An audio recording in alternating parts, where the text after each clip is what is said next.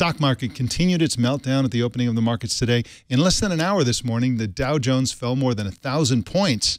The best headline came from The Verge's Ben Popper, who said, quote, "You know, the stock market is in trouble when Tim Cook is emailing Jim Cramer." Ben Popper is the business editor for The Verge and joins us now. Welcome to the show, Ben.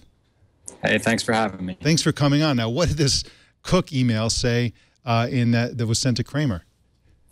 So what really precipitated the big market rout we've seen globally for the last couple of days is economic slowdown in China. And Apple's biggest driver of growth over the last couple of quarters has also been China.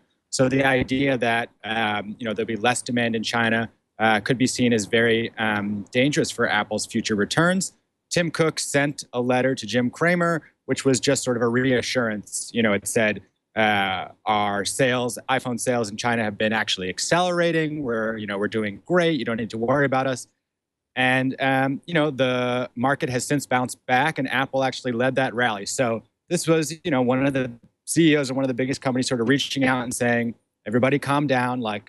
Things are going well for us, and there's no need to panic yet.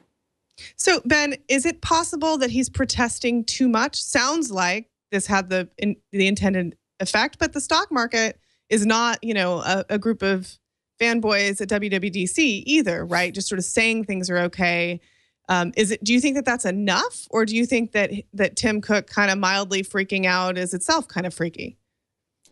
Well, yeah, I think the fact that he sent the letter is indicative of the fact that we are entering a serious correction, and it's possible that could snowball into an economic meltdown of to what size, I don't know, and nobody knows. I mean, all Tim Cook is really saying is, the economy has been bad in China going back a number of months. They've had issues in their stock market, and so during that time, our growth has been accelerating. So, yes, you're right.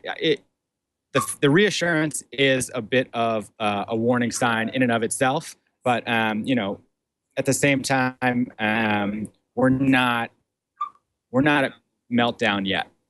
Well, that's reassuring. I can't get a real handle on whether or not I think personally that Apple is going to be reporting some good quarters coming up soon.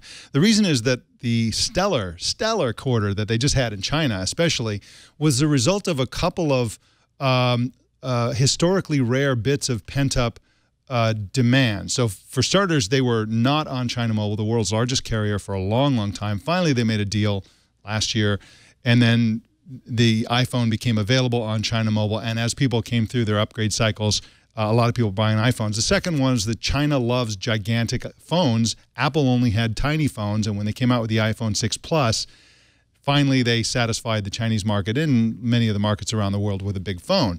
And so that pent-up demand was satisfied in a big rush.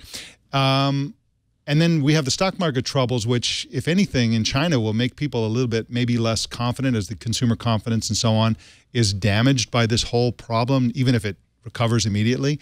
So I don't really have it, that's on the one hand. On the other hand, Apple is building Apple stores as fast as they possibly can, and so their presence in China is actually growing fast. So I don't really get a sense of whether Apple is going to be disappointing us all or if they're going to be impressing us again. What's your sense on that?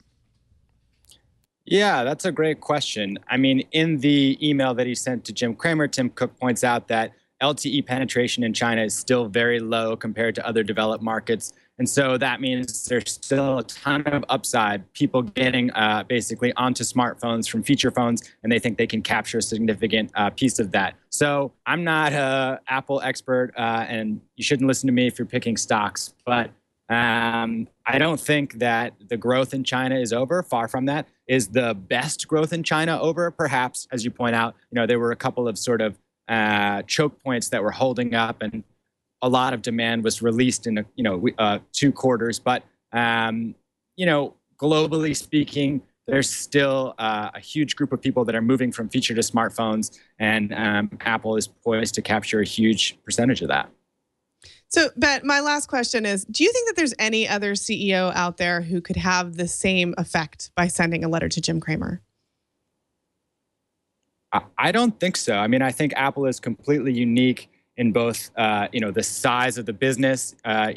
Recently they posted the largest quarterly profit in corporate history, And they fluctuate in valuation, but they're up there with the Exxons of the world.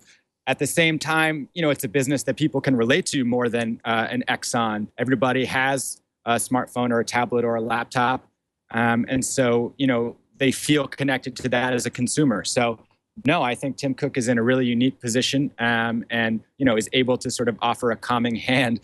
Whether or not we should feel good about the world just because people are still buying iPhones, there's bigger macro issues out there that are leading to these stock market declines. But it was certainly an interesting thing to see from somebody who reports on technology what Tim Cook's place is in the larger world of business.